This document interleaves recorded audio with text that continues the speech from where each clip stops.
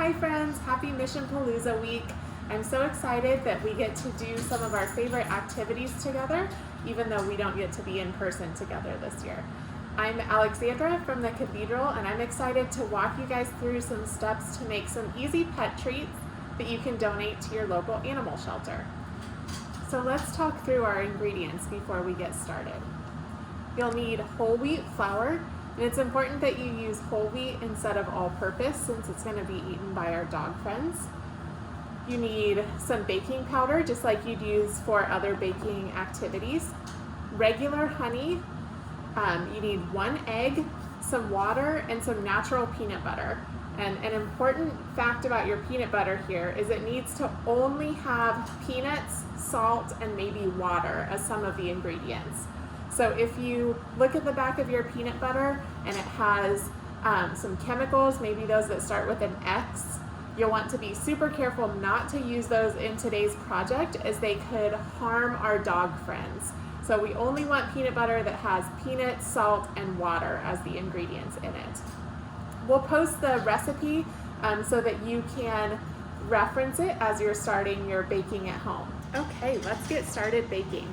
So I've got 2.5 cups of flour already in my big mixing bowl. We're gonna start there. And then we're going to take 1 teaspoon of baking powder and add that into our flour. Then we're going to take 1 egg, which I already have cracked and ready to go for us, and we're gonna put that in as well. So I'm just using a silicone spatula to mix all this up. If you want to do it in your mixer, you can do that. If you have a stand mixer like a KitchenAid, that's awesome. If you want to use a hand mixer, that's great too. Or if you just want to use a spatula or a rubber spoon, that is great too. Whatever you have on hand. So we'll get that egg incorporated here, stirring it up. Awesome. So once we get that egg in there, you'll see it starts to kind of get little clumps. That's good, we want that. So after we've got our egg, then we're gonna move on and we're going to add 2 tablespoons of honey. These are gonna start to get kind of sticky. If you're doing this in a stand mixer, this would be a good time to move to your paddle attachment. If you're going old school like I am here with a spatula or a rubber spoon, just gonna have to get a little bit of an arm workout in. All right, so we'll just loosely mix that honey in. And then we're gonna move on to our peanut butter. And we've got a whole cup of natural peanut butter. Remember that we only want to use natural peanut butter, nothing that has any chemicals or preservatives, as those can be really dangerous for our dog friends. All right, here's where it's gonna start to get kind of fun. By fun, I mean challenging to mix. All right, let's give that a quick stir just to gently incorporate it. And then we're gonna add our water. We wanna add about 1 cup of water to help get our ingredients incorporated.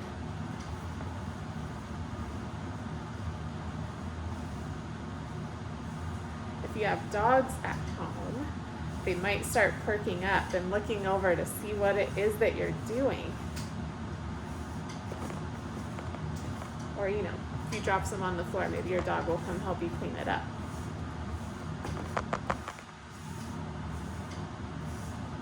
Okay, so I have about half of my bowl that's looking pretty good. It's looking like it's mixed up, we're looking good, but then I've got another section here that's kind of like flour and not incorporated. So we're gonna add just a little more water to help it along. You can use your judgment here. Ultimately, you want a dough that is firm. We're gonna roll these out and cut them into dog biscuit shapes, but you wanna make sure that all that flour has gotten incorporated. Like I said, if you've got a KitchenAid, you'll want your paddle attachment on. If not, if you're going old school like I am, don't be afraid to put your spoon down and get your fingers in there and make sure that all that flour is incorporated. Now, if you got a little bit too crazy with your water like I might have, and you're getting like this kind of action, It's okay to grab a little bit more flour so that you've got a nice thick dough. All right. I have a dog helper here. All right, so ultimately we want a nice thick dough that we're able to roll out and cut into shapes. That's gonna be our next step once we've gotten to the dough form. Callie, what do you think? You wanna give it a shot? How's it look? Dog approved. All right, let's get ready to roll. Okay, change of perspective as we move on to our next steps here. Now's a good time to get your oven preheated. So you're going to want to turn your oven on to 350 degrees. Then we're gonna start rolling out our dough. So grab some flour, some of that whole wheat flour that we're using, and flour whatever surface you decide to roll out on. Here I used a cookie sheet. That's this here, just because it's a little cleaner and it keeps the flour all in one place. If you wanna roll out on your counter, that's totally fine too. We're gonna roll out our dough until it's about 1/4 to a 1/2 inch thick. If it's easier for you to just pat it out than to roll it out, that's fine too. If you do use a rolling pin, make sure that you flour it. So put some flour on your rolling pin so it doesn't stick. We're gonna get that dough all rolled out and grab some cookie cutters. For this first round, I just grabbed a simple circle. It's a small biscuit cutter. If you want to use some more fun shapes, you can do that too. I've got another batch that I cooked a little bit earlier that are bones. If you want to do dog shapes, that's awesome, whatever you have on hand. So let's get these all cut out, put on a baking sheet, and popped in the oven. Next step, time to bake our treats. So as soon as you put those treats in the oven, we're going to wait about 25 to 30 minutes until they're nice and hard. We want them to be like biscuit texture when we take them out. So about 25 to 30 minutes at 350 degrees. You're gonna have to be patient here for a little bit. Good job, Callie. As soon as your treats are done baking, it's time to let them cool. These are some treats that I made earlier, so they're already cool, they're getting ready to go. They're supposed to be bone shapes. They're a little wobbly, but I don't think our dog friends will mind. So we'll let those cool until they're room temperature and ready to be fed to some dog friends. Okay, now we're just patiently waiting for our treats to cool so that we can bag them up and get them ready to go to the shelter. If you're like me, you made a really giant mess while you were mixing up those treats.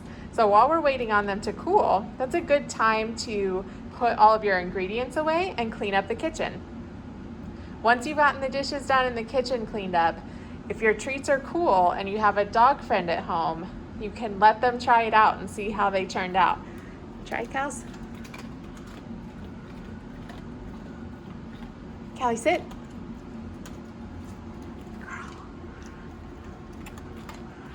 I think it looks like a hit. Definitely dog approved. Well, thanks for joining me on this kitchen adventure today, friends. Have a good rest of your afternoon, and thanks for participating.